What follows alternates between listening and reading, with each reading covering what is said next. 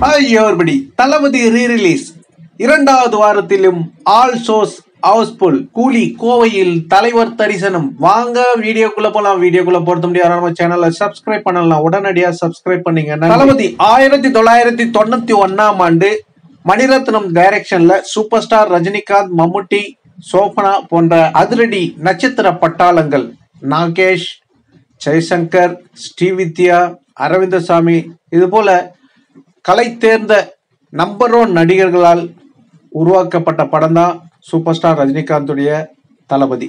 இந்த படத்தை அவ்வளோ அற்புதமா செதுக்கி இருந்தாரு மணிரத்னம் அவர்கள். இந்த படத்துக்கு உயிர் ஊட்டியது இளையராஜா. பாடல்கள் அவ்வளோ அற்புதமா இருக்கும். ஒரு பாடல்களும் தலைவரின் ரசிகர் மட்டும் இல்ல, பொதுமக்கள் எல்லாரும் கொண்டாடும் விதமாக அவ்வளோ ஒரு அற்புதமான பாடல்கள். இந்த ஜென்ரேஷன் கூட அந்த பாடலை விரும்பி கேட்கிறாங்க. அது இல்லாம ஒன்ஸ் மோர் கூட கேட்கறாங்க, ரிப்பீட்டும் போடுறாங்க அப்படின்ற தகவல் வந்திருக்கு. இன்னைக்கு இரண்டாவது வாரத்தை நோக்கி போய்கிட்டு இருக்காரு தளபதி ரீ-ரிலீஸ். இரண்டாவது வாரத்திலையும் பாத்தீங்கன்னாக்கா அதிரடியா ஹவுஸ்ஃபுல் ஷோஸா ஓடிட்டு இருக்குங்க. இந்த படம் ஹவுஸ்ஃபுல் காட்சிகளா ஓடுறதுனால இப்போ இன்க்ரீஸ் பண்ணிக்கிட்டே இருக்கிறாங்களாம் திரையரங்கம். முதல்ல பாத்தீங்கன்னா இந்த படத்துடைய எண்ணிக்கை எத்தனை ஸ்கிரீன் பாத்தீங்கன்னா ஒரு 150 ஸ்கிரீன் தான் சொல்லப்பட்டது. அதுக்கப்புறம் எல்லாமே ஹவுஸ்ஃபுல் ஆனதுனால 200 ஸ்கிரீனா மாற்றப்பட்டது. அதுக்கப்புறம் அதுவும் ஹவுஸ்ஃபுல் ஆனதுனால 300 ஸ்கிரீன் ஆனது.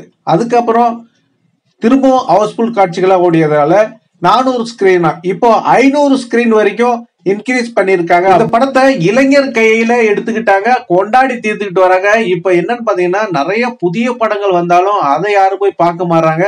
தளபதி ரீ-ரிலீஸ கொண்டாடிட்டு இருக்காங்க. இந்த படத்துடைய முக்கியமான ஃபேண்டாஸ்டிக் அப்படின்னு சொல்லலாம். அதாவது இந்த படம் 1991ல ரிலீஸ் ஆகி ஒரு 3 கோடி 2 to 3 கோடியில இந்த படம் எடுக்கப்பட்டது. 9 கோடி கலெக்ட் பண்ணிச்சு அப்படின்றது தெரியும். இது இண்டஸ்ட்ரியல் ஹிட். அது இல்லாம இந்த படம் இப்ப ரீ-ரிலீஸ் ஆகி 10 கோடிக்கு மேல வசூல் பண்ணிருக்குங்க. அதாவது ஒரு படம் ரிலீஸ் ஆனப்போ எவ்வளவு தொகை வசூல் பண்ணிச்சோ அதோட அதிகமா வசூல் பண்ணிருக்குங்க. இது தலைவருக்கு மட்டும்தான் இந்த மேஜிக். அது மட்டும் இல்லங்க, பாபா படம் உங்களுக்கே தெரியும், எல்லாரும் சொன்னாங்க பிளாப்னு. ஆனா அந்த படம் 9 கோடியில் எடுக்கப்பட்டது, 75 கோடி வரைக்கும் வசூல் பண்ணுச்சு. அத அதிகமான விலைக்கு வித்ததுனால திருப்பி கொடுத்தாரு தலைவர். ஓகேங்களா, அதுதான் நடந்தது. அது பிளாப் ஒன்றும் கிடையாது. இருந்தாலும் அவங்க பிளாப்னு சொல்லப்பட்டதை திரும்பவும் அதை ரிலீஸ் பண்ணி பாபா படத்தை பிளாக் பஸ்டர் மூவியா ஆக்கிட்டாங்க. கிட்டத்தட்ட 13 கோடிக்கு மேல வசூல் பண்ணி நான் தாண்டா கிங்கு அப்படின்னு. ஆனா 9 கோடிக்கு எடுக்கப்பட்ட படம் 13 கோடி ரீ-ரிலீஸ்லயும்.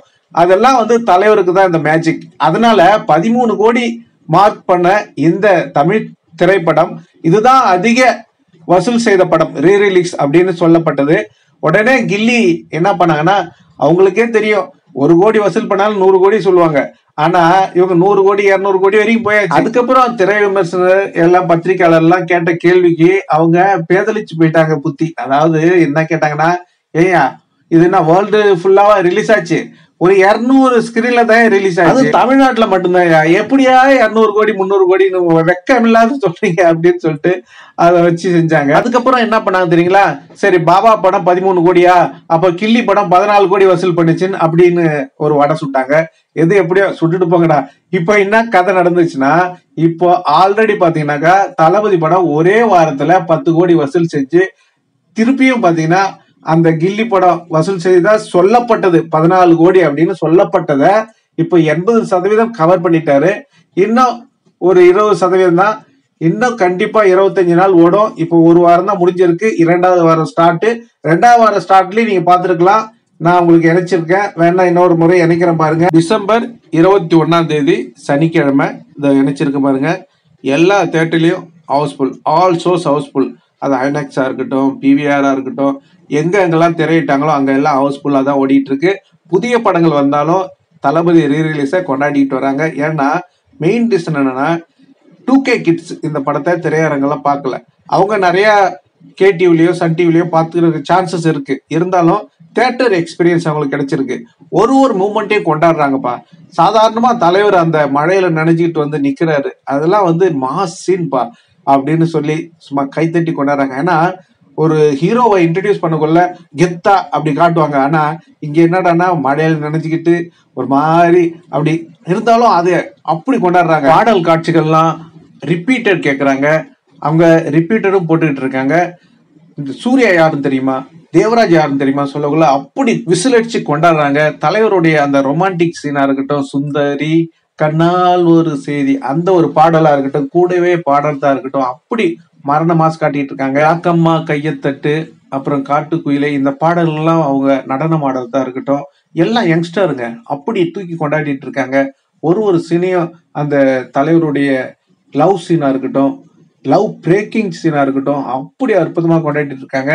ஒரு பிரேமும் பாத்தீங்கன்னா செதுக்கி இருக்காரு நம்ம மணிரத்னம் அவர்கள். கண்டிப்பா நீங்க தியேட்டர்ல பாக்குற அந்த எக்ஸ்பீரியன்ஸை தவற விட்டுறாதீங்க. கண்டிப்பா உங்களுக்கெல்லாம் இது ஒரு வரப்பிரசாதம். அது மட்டும் இல்லைங்க, இங்க இளைஞர்கள் அப்படி கொண்டாடி தீர்க்கிறாங்க. அதாவது சாட்டர்டே சண்டே தான் ரஷ் வரும் அப்படின்னு சொல்லுவாங்க. ஆனா தலைவருடைய இந்த தளபதி ரீரிலீஸுக்கு காலேஜ் ஸ்டூடெண்ட்ஸ் ஃபுல் அண்ட் ஃபுல்லா ஒர்க்கிங் டேஸ்ல சும்மா களை கட்டுதுங்க. பொதுவா கட்டடிச்சுட்டு வராங்கன்னா புது படத்துக்கு தான் வருவாங்க. ஆனா ரீரிலீஸ்க்கு கட்டடிச்சுட்டு வந்து இப்படி ஒரு கொண்டாட்டம், ஆட்டம் பாட்டம், அதாவது இந்த ஒரு எக்ஸ்பீரியன்ஸ், தியேட்டர் எக்ஸ்பீரியன்ஸ், அதாவது திருவிழா போல கொண்டாடுறாங்க. அப்படி ஒரு அற்புதம் அதிசயம் நடந்துட்டு இருக்கு. இன்னைக்கு 2வது வாரத்திலையும் ஹவுஸ்ஃபுல் காட்சிகளா ஓடிட்டு இருக்கு. கண்டிப்பா நீங்களும் எல்லாரும் போய் பாருங்க, பார்த்து என்ஜாய் பண்ணுங்க. இனி ஒரு தருணம் தலைவருடைய தளபதி படம் எப்போ ரிலீஸ் ஆகும் தெரியாது. உங்களுக்கான ஒரு அற்புத தருணம் அப்படின்னு சொல்லலாம். கொண்டாடுங்க, தலைவரை கொண்டாடிக்கிட்டே இருப்போம். நீங்க தலைவருடைய தளபதி படம் பாத்தீங்களா? எப்படி இருந்தது? உங்களுடைய கருத்துக்களை கமெண்ட்ல சொல்லுங்க. தளபதி படம் ரிலீஸ் ஆனப்போ செய்த வசூலை விட ரீரிலீஸ்ல அதிகமா வசூல் எடுத்திருக்குங்க அப்படின்ற தகவல் வந்திருக்கு. இதை எப்படி பாக்குறீங்க? உங்களுடைய கருத்துக்களை கண்டிப்பா நீங்க கமெண்ட்ல சொல்லணும்.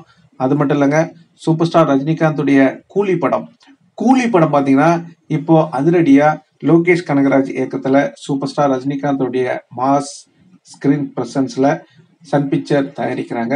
இதுல அனிருத் அவர்களை பத்தி சொல்லவே தேவையில்ல. அவர் எப்போதும் மரண மாஸ் காட்டிடுவாரு. தலைவருக்குனாலே அப்படி ஒரு அதகலம் பண்ணிடுவாரு.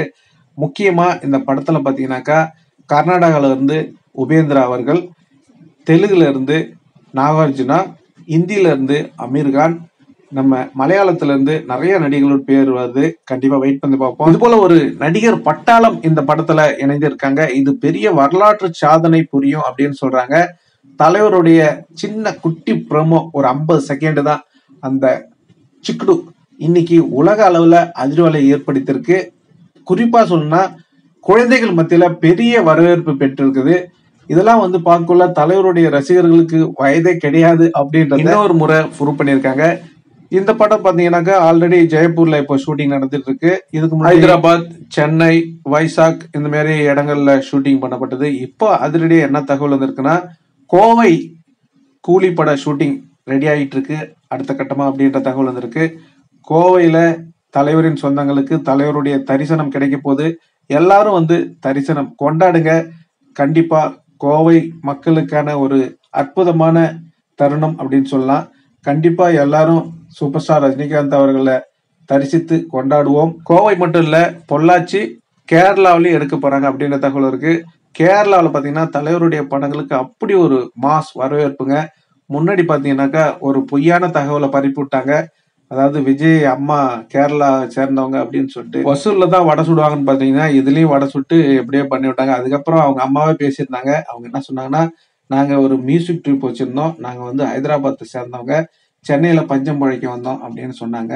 அதுக்கப்புறம் தான் எல்லாருக்கும் தெரிய வந்துச்சு, அவங்க அம்மாவே சொல்லிட்டாங்கப்பா அப்படின்னு.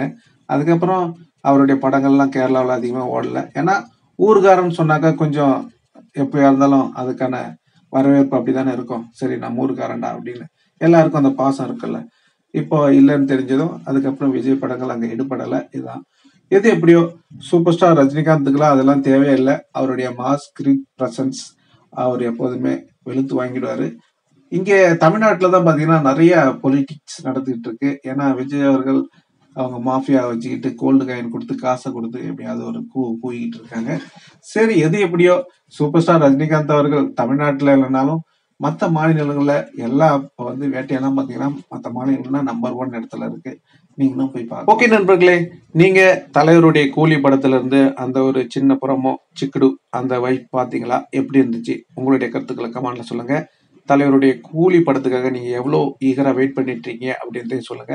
இந்த தகவல் உங்களுக்கு பிடிச்சிருந்தா லைக் பண்ணுங்க, ஷேர் பண்ணுங்க, கமெண்ட் பண்ணுங்க, முக்கியமா சப்ஸ்கிரைப் பண்ணுங்க. சப்ஸ்கிரைப் பண்ணக்குள்ள பக்கத்தில் ஒரு பெல் பட்டன் வரும். அதை கிளிக் பண்ணீங்கன்னா 3 ஆப்ஷன் காட்டும். ஃபர்ஸ்ட் ஆப்ஷன் ஆல்ன்றதை செலக்ட் பண்ணீங்க. நன்றி, வணக்கம், ஜெய் ஹிந்த்.